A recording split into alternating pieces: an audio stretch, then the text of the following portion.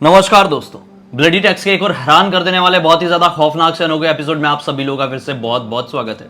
दोस्तों, आज के इस एपिसोड में हम लोग आप लोगों के सामने लेकर आ गए हैं आज से ठीक 35 साल पहले घटी दिनेश जी के साथ ऐसी अजीबोगरीब घटना की सच्ची भूतिया कहानी, जिस सुनकर आप लोग के हमेशा की तरह रोंगटे खड़े हो जाएंगे।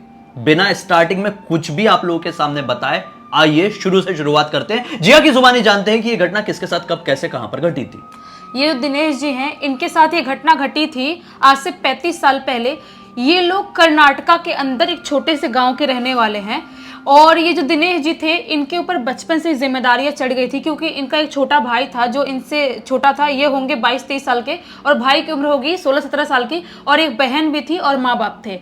तो क्या था कि कर्नाटका में शहर में इनका एक दुकान हुआ करता था। तो रोज ये सुबह सुबह अपने दुकान के लिए चले जाया करते थे और शाम के 7-8 बजे तक अपना दुकान बंद करके अपने घर वापस आया करते थे। लेकिन ये नेचर में ना बहुत ज्यादा चिड़चिड़े और गुस्से वाले स्वभाव के थे। मतलब छोटी छोटी बात पे गुस्सा करना, चिल्ला देना, किसी के साथ भी लड़ाई कर लेना, मारपीट कर लेना, ऐसे स्वभाव के थे।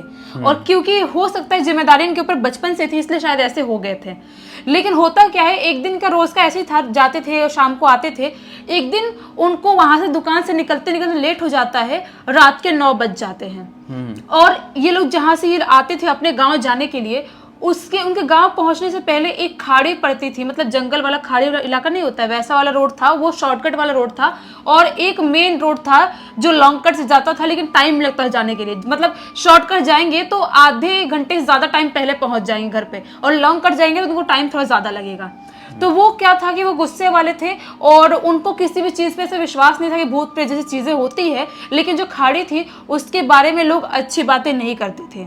उस खाड़ी के बारे में लोग बोला करते थे कि वहां पे एक बहुत ही खतरनाक पिशाच रहता है जो वहां पे रात के टाइम में आने जाने वाले लोगों को हॉन्ट करता है और बहुत सारे लोगों को बुरी तरह से पोजेस करता है और उसे मार डालता है। लेकिन दिनेश जी अपने बिल्कुल भी नहीं डरने वाले, गुस्से वाले स्वभाव के, और भूत प्रेत तो मानते ही नहीं थे। तो वो रोज उधर से शॉर्टकट वाले रास्ते से ट्रैवल किया करते थे और आज तो ऑलरेडी बहुत लेट हो चुका था। जब वो दुकान से निकले थे तो उनको फीलिंग अच्छी नहीं आ रही थी। उनको लग रहा था कुछ तो गड़बड़ हो सकता है, बहुत लेट हो गया हूँ, घर पहुंचने में टाइम लगेगा, क्या करूँ ऐसा सोच रहे थे। लेकिन वो जाने वाले थे उसी शॉर्टकट से।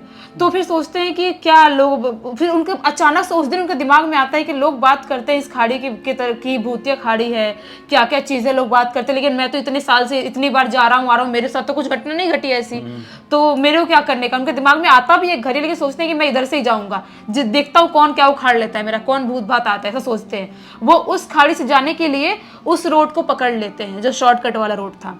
अभी वो उस रोड पे थोड़े दूर गए ही थे, यही टाइम हो रहा होगा 10:30 पौने 11 टाइम हो रहा होगा उस रोड पे पहुंचने के बाद का। तो वो उस रोड में अगर जस्ट एंटर किए ही थे, थोड़ी दूर गए थे, तभी उन्हें अचानक से एक बहुत ही लंबा चौड़ा आदमी दिखाई देता है जिसने ब्लैक कलर के कपड़े पहन के रखा था। बहुत लंबा चौड़ा, मतलब नॉर्मल जो लोग होते हैं ना उन लोगों से काफी ज्यादा लंबा और अच्छा खासा हट्टा कट्टा। वो आदमी साइड में ऐसे खड़े होके सिगरेट पी रहा है। वो देखते सोचते हैं, मतलब बहुत सोचने वाली बात है, स्ट्रेंज, मतलब कैसे इस रोड पे लोग आने से इतना डरते हैं, दिन में भी डरते हैं, और एक आदमी यहाँ पे खड़े होकर सिगरेट पी रहा है, आराम से सिगरेट पी रहा है, उसको कोई फर्क ही नहीं पड़ रहा, उसको भी देख ही रहे होते हैं। तभी अचानक से जो सिगरेट पी रहा था उसके हाथ से सिगरेट गिर जाता है और वो वहां से भी गुजरने ही वाले थे, वो साइकिल से अपने एक्चुअली गुजर रहे थे, अभी वहां से निकलने ही वाले थे। तभी वो आदमी बोलता है, ओए मेरा सिगरेट उठा के दे।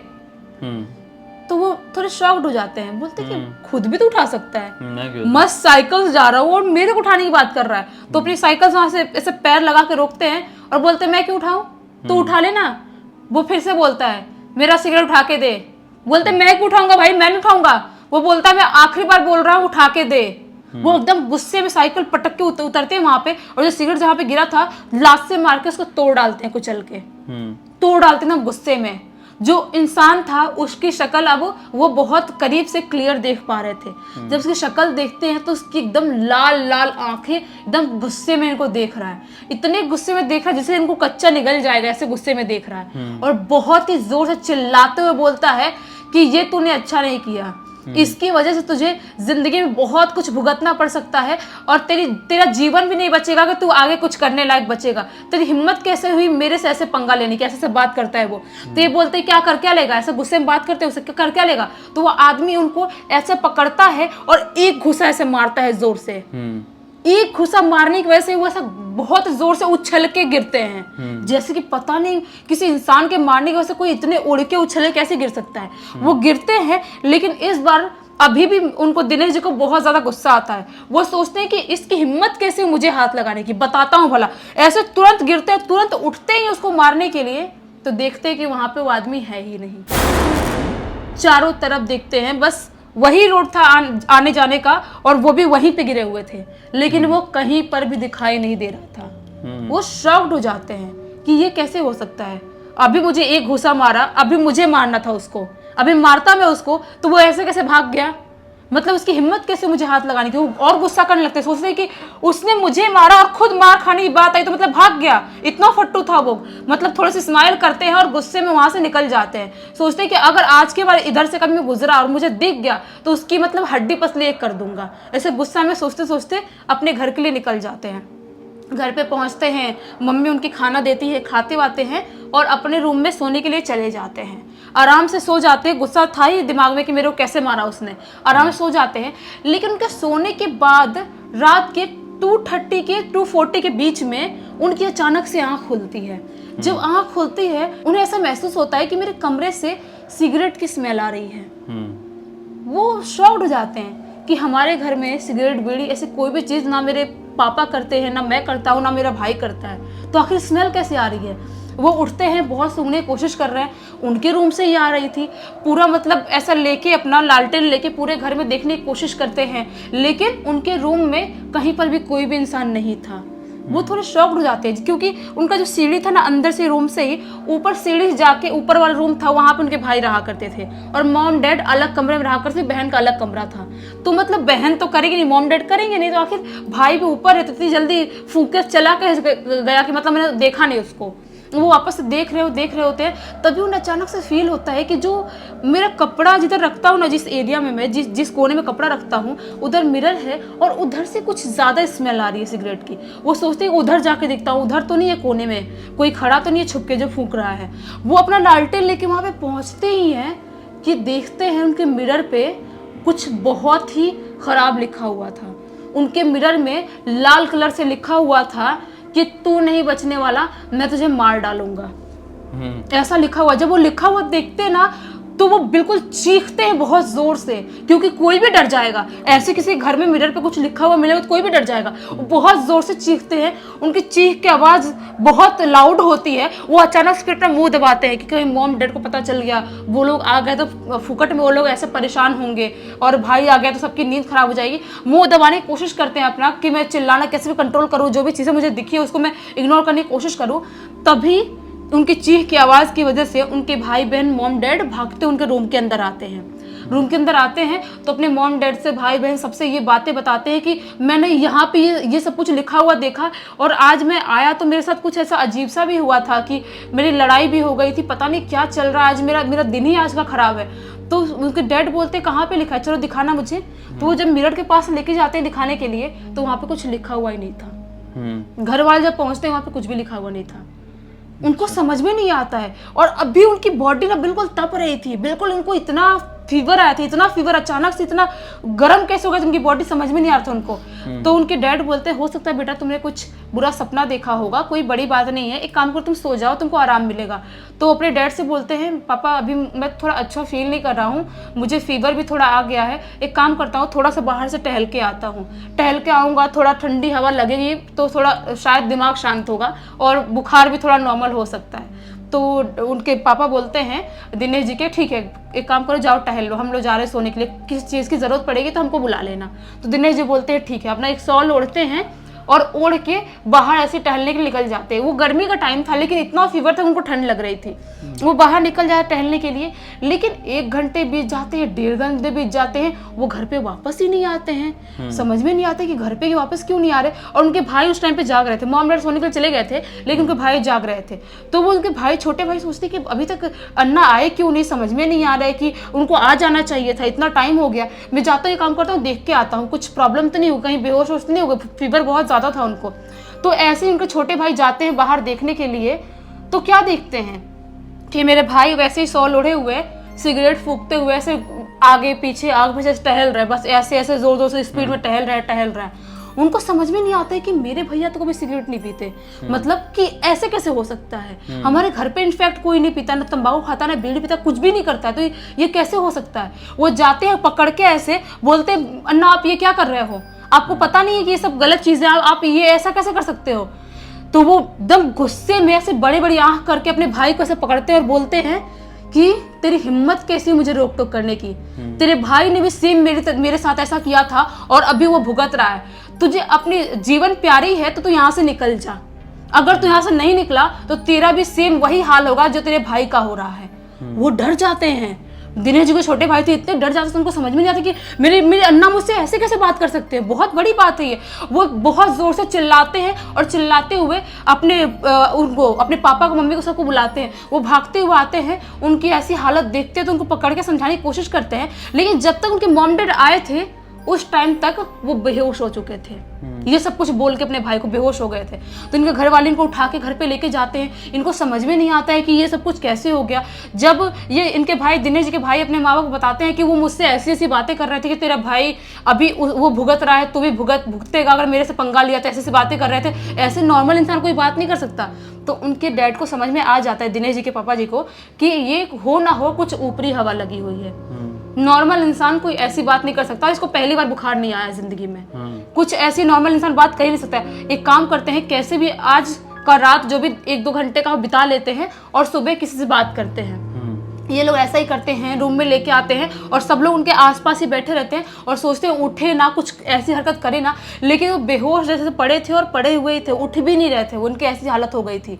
तो उनके ही गांव में एक बहुत बूढ़े आदमी थे, उनके पास दिनेश जी के पापा जी जाते हैं और बोलते हैं कि मेरे बेटे के साथ ये सारी प्रॉब्लम हो गई है, समझ में नहीं आ रहा है, कुछ ऊपरी हवा तो नहीं लगी है। तो वो आदमी आते हैं और इनको जब दिनेश को देखते हैं, तो बूढ़े आदमी तो देखते से ही बोल देते हैं कि इसके साथ कुछ नॉर्मल नहीं हुआ है, इसके ऊपर कोई बहुत ही बुरी शक्ति ने अपना साया छोड़ा है, जिसकी वजह से इसकी ऐसी हालत हो गई है।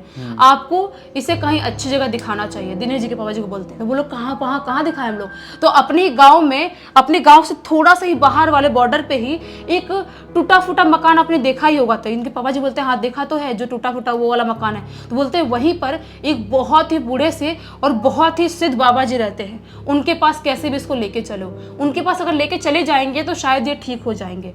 ये लोग बोलते हैं हाँ ठीक है, हम करेंगे, ऐसे ही करेंगे।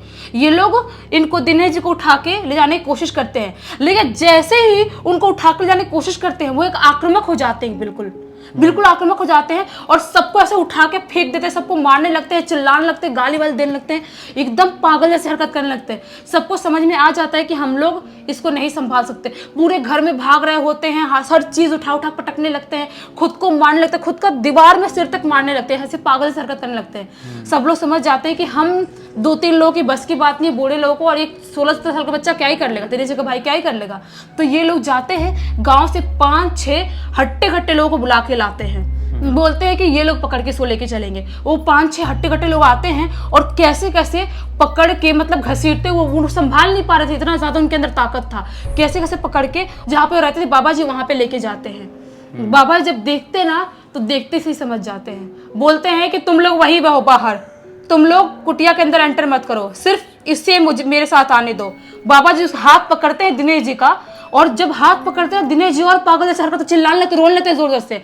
तो उनको पकड़ते हैं और खींचते हुए कुटिया के अंदर लेके चले जाते हैं। और बाकी सब लोग बिल्कुल टेंशन में बाहर खड़े हैं कि पता नहीं क्या होगा, क्या प्रॉब्लम है, समझ में नहीं आ रहा है। गांव के इतने लोग उनको लाने के लिए लग गए, इधर इतने बूढ़े इंसान अकेले। वही तो, मतलब इतने बूढ़े इंसान जिनकी उम्र होगी 95-96 साल की, इतने बूढ़े आदमी ने ऐसा खींचा, एक हाथ खींच के अंदर लेके चले, कुटिया में लेके गए और बोले कि यहाँ बैठ जा, तो वहां पे बोलते से ही बैठ गया वो आदमी के जो बाबा जी थे उनको बोलते से ही बैठ गया और पता नहीं क्या क्या मंत्र पढ़ने लगे। मंत्र पढ़ने की वजह से वो और आक्रामक होने लगा, बहुत पागल होने लगे दिनेश जी, बिल्कुल पागल जैसे हरकत करने लगे।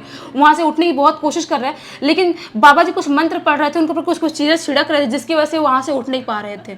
उसके बाद बाबा जी इन लोगों को आवाज लगा के बुलाते हैं, दिनेश जी के पापा को, भाई को और बाकी लोगों को, और बोलते हैं उन लोगों को कि इसके ऊपर कोई नॉर्मल आत्मा का साया नहीं है, इसको एक बहुत ही भयानक पिशाच ने जकड़ के रखा है जिसकी वजह से इसकी ऐसी हालत हो गई है। और उसको क्यों जकड़ा है इसने? पिशाच ऐसे ही किसी को इतनी आसानी से नहीं जकड़ते हैं। उसने बहुत ही गलत कदम उठाया है। वो खाड़ी वाले वहां से उस इलाके से गुजर रहा था और उसके साथ बदतमीजी करने की कोशिश किया है इसने, तभी उस पिशाच ने इसको जकड़ा है। ऐसा बताते हैं बाबा जी। बाबा जी बोलते हैं कि इसको बचाना बहुत मुश्किल है, मैं कोशिश तो पूरा करूंगा लेकिन बचाना नहीं बचाना मेरे हाथ में नहीं, ऊपर वाले के हाथ में, मैं कुछ नहीं कर सकता। तो घर वाले बहुत रोने लगते हैं, हाथ पर पड़ते, बोलते बाबा जी प्लीज बचा लो, कुछ तो करो। हम हमारी गलती क्या है? हमारे बेटे ने चलो गुस्से में कुछ कर भी दिया तो पैर पड़ते हैं, आप बचा लो कैसे भी करके। तो बाबा जी मंत्र पढ़ते हैं और कैसे कैसे करके कंट्रोल करने की कोशिश करते हैं, लेकिन कंट्रोल नहीं कर पा रहे थे। बाबा जी बोलते हैं कि एक काम करो, लाल रुमाल लेके आओ तुम लोग खरीद के मार्केट से, और उसमें एक पैकेट सिगरेट रखो, तंबाकू रखो, और लेके सैटरडे को मतलब शनिवार के दिन उसी खाड़ी में रात के 12 बजे किसी को रख के आना है। और जो रखने जाएगा ना, कुछ भी हो जाए वो पीछे मुड़ के नहीं देखेगा, वहां पे उस खाड़ी में रख के आना है। और तब तक, अभी सैटरडे आने में 2-3 दिन बाकी था, तब तक इसको घर पे बांध के रखो और कुछ जल दे रहा हूँ इसको पिलाते रहो कैसे भी जबरदस्ती करके, क्योंकि उससे पहले इसकी हालत नॉर्मल नहीं होगी। ये लोग ऐसा ही करते हैं, इनको कैसे ही पकड़ के लेके जाते हैं, घर पे बांध के रखे थे पूरे बेड में, और उनको जल जो दिए थे वो दिन में 2-3 बार पिलाते थे। और अब वक्त आता है सैटरडे के दिन का, शनिवार के दिन का।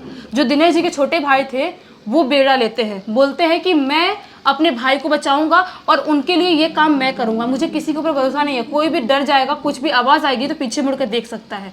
वो वही लाल रुमाल में एक बंडल, वो क्या बोलते हैं, सिगरेट और वो तंबाकू लेके जाते हैं और उस जगह पे खाड़ी पे रख देते हैं। लेकिन जैसे ही वहां से लौट रहे होते हैं उनको अजीबोगरीब किसी के चीखने के, चिल्लाने की आवाज आ रही होती है, जैसे उनको कोई पुकार रहा है वैसी आवाज आ रही होती है, घर वालों की आवाज आ रही होती है जैसे घर वाले उनको बुला रहे हैं। लेकिन कुछ भी हो जाए वो पीछे मुड़ के नहीं देखते हैं और वो घर पे आते हैं। और बाबा जी ने बताया था कि घर पे आने के बाद आप लोगों को हवन भी करना है, तो वो लोग ऐसा ही करते हैं, एक अपने गांव के पंडित जी को बुलाते हैं और उनके घर पे हवन करवाते हैं। हवन करवाने के मतलब यही 1-2 घंटे बाद ही जो दिनेश जी थे वो बिल्कुल नॉर्मल फील करने लगते हैं। जो इतने दिन से इतने ज्यादा बीमार थे, ऐसी हरकतें कर रहे थे, वो अचानक से नॉर्मल फील करने लगते हैं। और जो इतने दिन से कुछ भी नहीं खाए थे वो अचानक से अपनी मम्मी को बोलते हैं कि मम्मी भूख लगी है, खाना दो। और उसके बाद वो खाना खाते हैं और वो दिन था और आज का दिन है वो पूरी तरह से ठीक है। अभी जो दिनेश जी के जो छोटे से भाई हैं उनके लड़के ने स्टोरी लिख के भेजा है, जो अभी मुंबई में रहते हैं, उसका नाम यशराज है जिसने स्टोरी लिख के भेजा है। बाप रे, कितनी खतरनाक घटनाएं हो जाती है। इसलिए कहते हैं हम लोग हमेशा कि अगर किसी चीज़ को करने के लिए ना कहा जाता है बहुत पहले से तो उस चीज़ को मान लिया करो, अपनी ज़िद मत लगाया करो, नहीं तो अपनी ज़िद लगाते हैं तो इस तरह की चीज़ें भुगतनी पड़ती है।